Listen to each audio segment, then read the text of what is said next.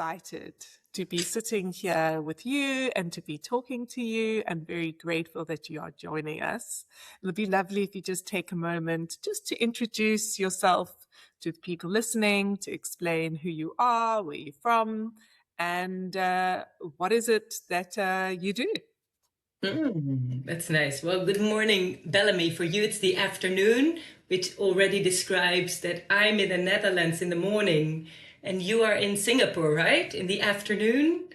And my name is Inge Smak, and I'm a facilitator standing next to team leaders who work within companies, especially companies that work with people who work with people.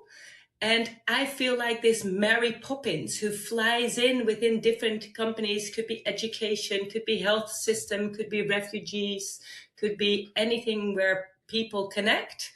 And to see if we can take some pressure off the work area, especially because where people meet in work, often there's so much pressure. And in 2013, I got in touch with the Lewis Deep Democracy Method. We also got to know one another. And I remember that we sort of met in this dance. I think it was like a biodanza, and we moved. And I love to dance. And what I love to do is to bring this like fluid movement within organizations. And I've been working with Lewis Deep Democracy since 2013, but I've been adding like nature wisdom and embodied learning to it, and to create a space that people feel more free in the workspace. I love the way that you actually add to your Lewis Deep Democracy toolkit and bring in these other elements. And I mean, I've experienced it myself when we did the Lewis Deep Democracy experience last year. And I just love the way that you introduce movement to that. So maybe you can almost take us through a little bit and explain what you do, how you bring in these elements, and in what way. Like, it sounds a bit mysterious. Can you help kind of unpack it so that it makes a bit more sense to us? Sure. And can I ask you a question? Do you remember what it felt like when you experienced it? Joy. In May. I mean, Joy. I remember, I mean, if I think back to it, I really, I think I always found myself very, I want to use the word attracted to you, but I think that's the word, attracted to you, because I always loved your energy, and I loved the way that your face lights up and the way in which you get very passionate about things. And I really remembered the moments at the Lewis Deep Democracy experience where you took us through the body check-in of some sort. And I really appreciated the ability to move and to almost process, I suppose, some of the emotions that were building up inside me as a result, and to explore myself and at the same time explore the group. Through movement, which to me, these are things that I don't know how to describe, but this is what's coming out. and it helped me because I get this flashback of a situation in work where a team was going to meet their manager, and they really had this ambition of being more impactful, more powerful, but they felt like the place they were situated in the organization was too low, so their rank was too low, so they really wanted to move up. And so they asked me, Inge, can you help us facilitate the meeting between the manager and our team? Because we really want to get her to understand why we need to have another position. And then what I did was at first ask them to check in with their body and to stand up and feel where it is that you feel small and insecure in this meeting and wondering, oh, are we going to do the right thing? And I asked all of them to feel how that feels, and then to move around and feel what happens in the interaction. And then I asked them to shake that off. And then I said, imagine that this is going to be the meeting we are all hoping for, and change is going to come, and you are the right person to be here, and sort of make yourself big and important. And how does that feel in your body? And literally, like, shoulders go up, chin goes up, you make yourself bigger.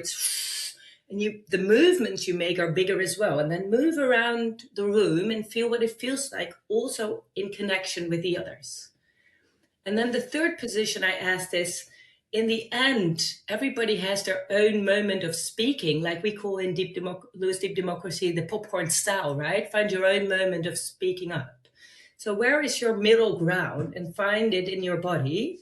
So you're not bigger than you are, but you're also not smaller. So center yourself and feel what it feels like in your body, and then move around. Feel what happens. And then I asked them to check in on, how do you feel? And some said, oh, it's hard to make myself so big. I'd rather stay small. And others said, oh, I can't do the small thing. I'm, and others. And so this opened up the conversation. And even for the manager in this situation, she said, oh, I realize I often have to make myself so strong and big, but I can actually, just be me in this conversation. And then we started the conversation, and it was on such a different level because we already sort of explored what it felt like to be around each other before we entered the verbal conversation. And so what I try to do is to get people improve their quality of presence. So you can really, when you speak, you can really react and interact. And we so often only enter the meeting with our head, right? Okay, this is what we're here for. But there's so much more. So that's one way how I sort of do decision-making, conversations, and embodiment in the way I guide teams. That's beautiful. So thanks for bringing that example, because that really helps me get a better sense. I'm just curious, what happened in the meeting after the embodied movement part? Did it go well? Did it not go well? What happened? Well, what happened was that because people were more grounded, the quality of listening was really high. So if somebody would speak, the others would listen. If somebody else would speak, they really they could really listen to one another. And the team at the end really felt that the message they wanted to send across, that the manager really could hear their wish. And I think in the end, because she really understood what the question was of the team, I don't think they really changed the position within the organization, but it changed something within their own strong self-worth, as in they improved their impact within the organization just by knowing that the manager would back them up. Yeah, so that was really cool. Share more with me about other ways which you marry Lewis Deep Democracy with other things that you are passionate about. Well, another example that comes up is that just the other week, I have this lady in my network. Her name is Stephanie Boomsma. She's a forest guide. And I've been working with this team who works in healthcare. And there's a lot of stress in the Netherlands in healthcare because there's long waiting lists. So people have to wait for a very long time. And what I see is that the stress actually comes into the teams, and then they started to sort of pick on one another. So I've been asked to help people express themselves and to find ways to collaborate. And I've been placed in these like brick buildings twice. And then I said, guys, we need to go outside because these nervous systems of these people were so tense. Do you recognize that sometimes you come into this team and you feel like, you can't really find the words, but you think, what's going on? It's so, and the first thing I feel is like, I want to leave, I want to. So I thought, what would happen if I would bring them into nature and let them meet one another in nature? So the other week I invited Stephanie. We met in this yurt. I don't know if you call it that in English as well, but it's like this Asian like tent kind of place, which is round. And we sat around in a circle and we just checked in first. And then we went into the forest and we opened our senses by looking. What I see when I look close. What do I see when I look far away? And if I listen, what do I hear when I listen very closely? But if I spread my ears, what happens? And so we had all kinds of these exercises to actually connect to nature. And then what happens is that actually our nervous system relaxes because it says, you're okay, because we are nature. We often forget that we are actually part of nature. Just by being in nature, your nervous system becomes more relaxed. And then we asked them sort of to write a Japanese poem about what caught their attention. And then we went back to the yurt and we asked them to read it. And then people were like moved by the words that all their colleagues had written, and they had met each other in so much tension. And suddenly you're like in this forest place and you notice that people have the ability to write beautiful words. And you just saw everybody like, oh, you guys are actually really nice people. I haven't seen that for such a long time. It's like, oh. And then and then what I said is, but you guys have been traveling for a long time in a very tense situation. So if you look back at that, is there still something that you want to express? Or maybe, we lit up a fire and I said, maybe we can just throw something in the fire, but what is it? Can we express that? And then people wrote all kinds of words. We threw it in the fire. And basically what we try to do is this negative, like we call like this cycling, right? The constant negative, we can't get out of it. But what I did was I literally just took them out of it. I said, let's see if we can create a new energy field. And I'm quite sure that tomorrow when they go back to the office, still, there's too much work, that it's not all resolved, right? It's not, but to give the experience that it can be different, that's where for me, my passion is. Everybody thought it was impossible until somebody came who didn't know that. Let's do it differently. Let's make it light. Let's see what's there. It sounds like incredibly rich experiences that you enable these people to go through. And part of me wonders, what do you carry with you from the days that you learned Lewis Deep Democracy in 2013 into these processes? What do you value about Lewis Deep Democracy? What does it bring? Nice. That's a beautiful question.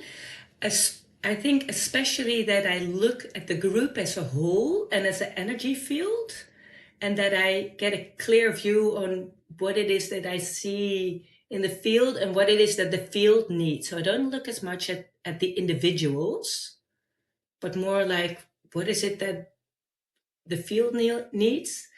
And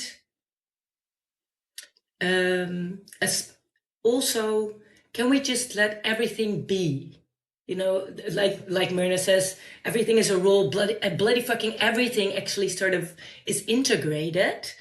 And so for me also to integrate nature is also a role, right? So I look at roles and what's in the field, and I think the difference from like 10 years ago and now is that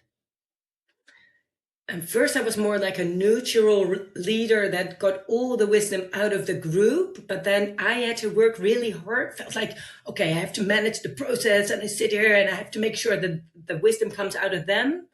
And now I lean back a bit more and I think I'm also part of this energy field because they invited me. So as soon as I step into the group steps into me and I can add something personal. So for instance, with this example of nature, but it can also be with movement, that I think like, okay, so what's the question? And can I add a little bit of what I would feel would be necessary and then spread my role? So I'm not the facilitator who stands on the side. I step into the group. Yeah. And one other thing is that, for instance, when we were in the yurt, when I lead a facilitation, when somebody speaks up, I say, who recognizes this? And who has another view? So I use that endlessly. That's such a golden, because it makes it safe in groups to speak up. So they are really integrated, and almost like it's the attitude that you bring and the approach which you look at things, as well as in like the little tools or the little questions or the little interventions that you bring in.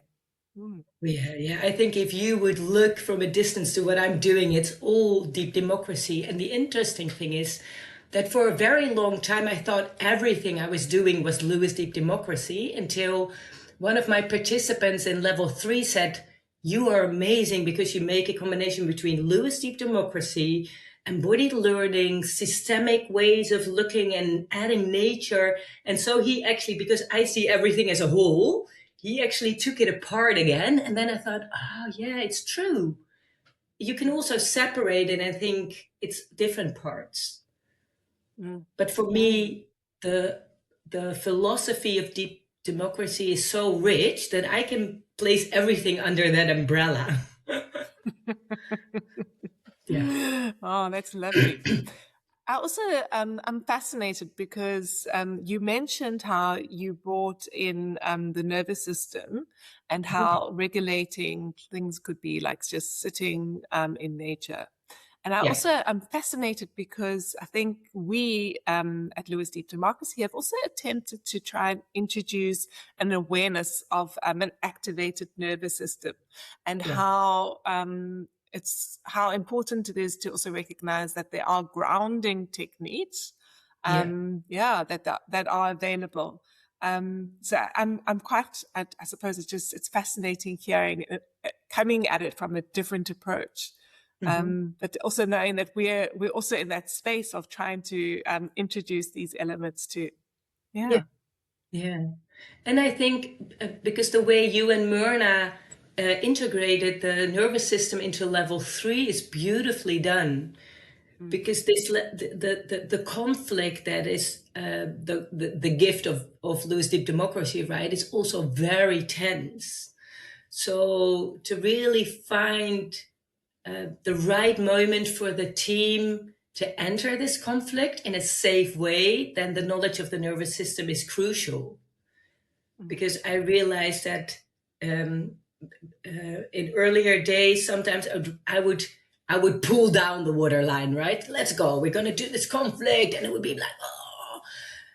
And it would be like really passionate, but sometimes also really maybe too much for people. And what I realize now is because there's so much tension in the world at this moment, and for people in work, that often more tension actually makes it worse. So I also think that we really are contributing by slowing down, adding like breathing exercises, because it helps people to reflect back on who they are first instead of relating to the group all the time. So I think that's, if we can reconnect them to themselves and then express, then we can be ourselves within the group. And I think that's really necessary.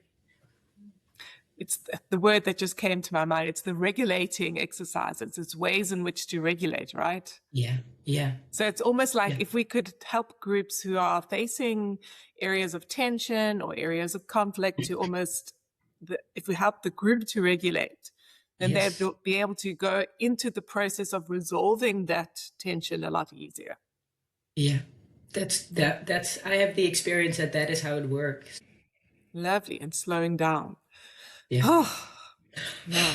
And I think especially now, in fact, I've been tinkering away this morning at how like everything in our world today is about pace and being faster and doing things immediately and wanting replies instantaneously and trying to be more efficient, playing back LinkedIn videos at 1.5 speed or listening to podcasts even at faster rate. There's it's having multiple tabs open all the time. And it's almost like we're we're constantly in this race to get through stuff, and the reality is that we'll never be able to get through stuff. And I think sometimes, for me at least, there's a sense that as we rush through things, we miss a lot. We forget to live. Say more. I'd say we forget to live, to actually really live. So we're constantly busy trying to get somewhere. So for us, it starts in school, right? Yeah, I can go to elementary school. Woo-hoo-hoo. Okay, so as soon as I finish elementary school, I can go to high school. Yeah. Okay, when I'm there, I can go to university. Woohoo. Okay, I can go to the job. When am I really there? So I think that the way that we've constructed our society is that we're constantly moving forward to somewhere, and we think that as soon as we get there, we're there, and we're never there. So for me, what is really important is to, I'm like this sidekick person for leaders, but to lead by presence. We are here now. So can we be in the here and now instead of constantly everywhere working on, we are here now because we're going to die someday, right? And then we realize this was it. So that's also what I love about embodied learning, that you get into your body. This is my body. I'm here now. And I read the other day, as long as your body is healthy, you can have 1,000 problems. But as soon as you're ill, you only have one problem. So we really have to learn to take better care of our body, to be more present in the here and now, and to lead from there. But as soon as we step into work and groups, we often want to leave our body because there's so much tension in the work field. But also in schools already, my 2 boys from 13 and 16, they get stressed out from school, especially because it's so boring, because all these movies are so much more exciting than the teacher, right? And they so very often don't use the wisdom of the group, but it's one person speaking and then everybody has to listen. It's a very old system. And we're trying to change that, but that takes time. I was invited to a school the other day who said, we want to explain to parents how we are going to use the wisdom of the group and how they are also part of the group that is called school system. Because we have the teachers, the children, but also the parents. And it really depends on what it is that the parents tell the children about school, how the children actually enter school. So we're going to make this theater play and invite the teachers and the parents to see how all these 3 roles interact: children, teachers, parents, and how we can actually collaborate more into guiding our children into the world. And then I said, to understand how you use the wisdom of the group, maybe we should explain that to them. Because very often we think, but if it's the group, then my child probably is going to, get less attention or not get what it wants. So I think Lewis Deep Democracy is also a way to explain people, how does it work if you use the wisdom of the crowd, and that it's good for everybody if we learn to look at that perspective, right? So how would you answer that mother who's saying, oh, then my child's voice will be lost? How would you answer that? I wouldn't answer, I would ask a question. And the funny thing is, exactly that's what happened, because the principal of the school started answering instead of asking. And I said, that's exactly what's going wrong. If you're going to tell her, oh, don't worry, it's going to be okay, then she doesn't feel heard. So I would say, so what are you worried about? What could happen? And what do you see with your child? And what do you maybe even recognize within you? How does it trigger something within you that maybe you've experienced, or maybe that you feel responsible for? And who recognizes that? So I would spread the role. I wouldn't take it away, and I wouldn't give an answer. That's the whole bloody point. Don't answer it. Okay. She doesn't want an answer. She wants understanding. That's beautiful. So it's almost like you see that question wasn't really a genuine question. There was a voice that needed to be heard. Exactly. Thank you. Yes, that's it. And we so often are triggered to answer, but these voices just want to be heard and taken seriously. Yeah. It's it's a beautiful example of the communication vices, like when questions come up. And Yeah. I think that you've just taught me something, Inga, because sometimes I would be like, oh, I would answer, instead of like, I love the way that you were just suggested as asking in a very caring and attentive manner, like what is it for you that's upsetting you, or what's your concerns, and what do Yeah. you think needs to happen? I think that's a beautiful way of so thank you for that. And we started this conversation about the nervous system, and actually her nervous system was a bit tense, right? Because it's fear coming up. And so we often want to sort of get away from that instead of to co-regulate, you would call it.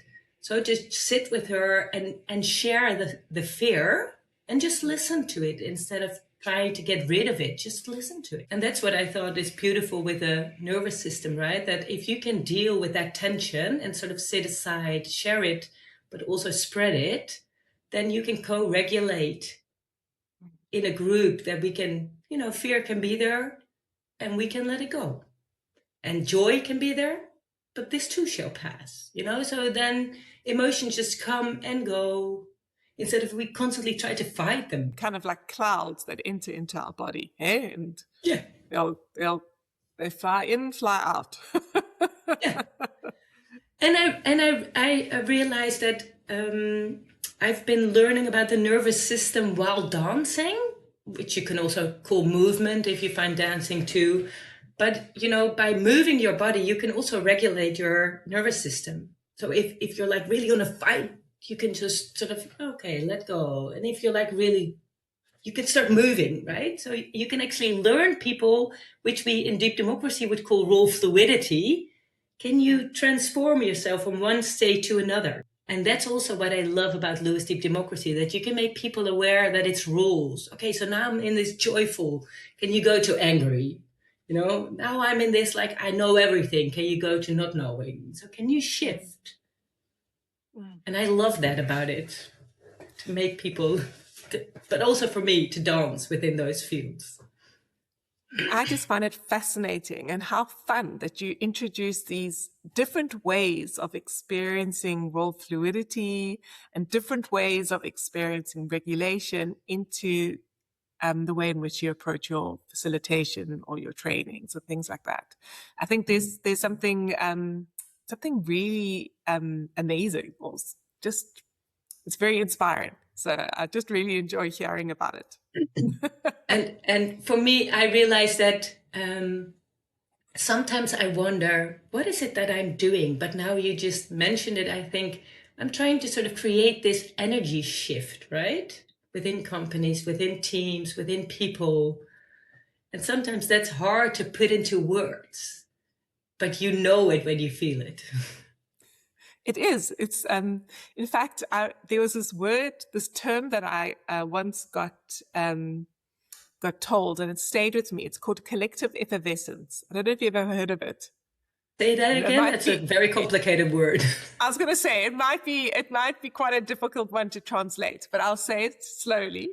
Collective effervescence. I don't know if you know, like sometimes you have those medications that you have like a pill that you dissolve in water, and it kind of creates like it'll dissolve and fizz in water. That's what we call like effervescence. So it's effervescence. So it's collective, as in not just individual, but collective effervescence. And it's that feeling that you have when there's been an ability for roles to be fluid, or how we would say it, for things to be shared and for energies to pass. And it's almost like there's been a deeper learning or more profound learning that takes place as a result. And that sensation or that energy that happens as a result, one way of describing it would be to kind of like the magic of collective effervescence. And suddenly I realized, because I had this conversation yesterday with this school, and the principal said, but how, if we had this theater play in this meeting between the teachers and the parents, okay, what's next? How are we going to make sure that after this magic happened, we can hold on to it? And I said, if if we do it right and something starts moving in the heart of people, then the change will come. And that sort of sounds weird, right? But I mean, in the end, I believe that's more powerful than writing down this whole essay of new rules or which actually ends up in a drawer somewhere, right? If you can touch people in the heart, then they will change. Absolutely. It's profound. Yeah. What an exciting conversation. Inge, there's so much that we haven't talked about. We've just gone on to areas that we find interesting. Would you like to share anything else about you, about the way you work, or some ideas that we haven't had a chance to chat about now? This morning when I woke up, I wanted to show you that the world is so beautiful. And I think what I want to share is that the world is so beautiful, and sometimes we forget to see that. But look at this place.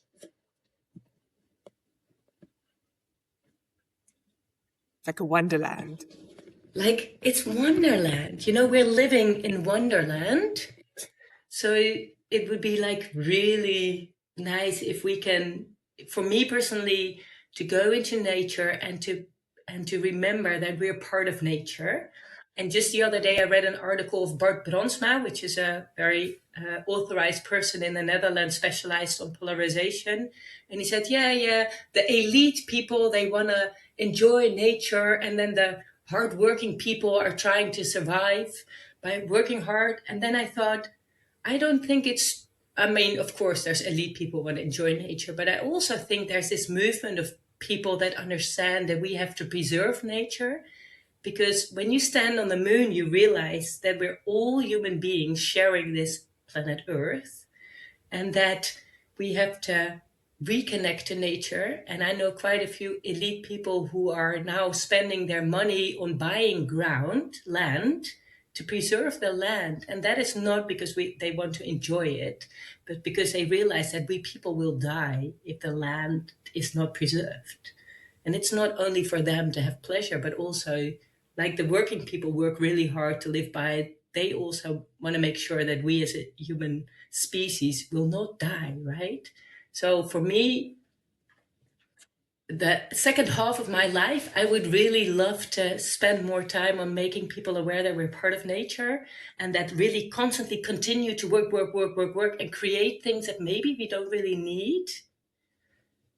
But maybe we should just focus on what's really essential in life. That's key. That's it, from your mouth to everyone's ears. Yeah. Thanks, Inge. You're welcome.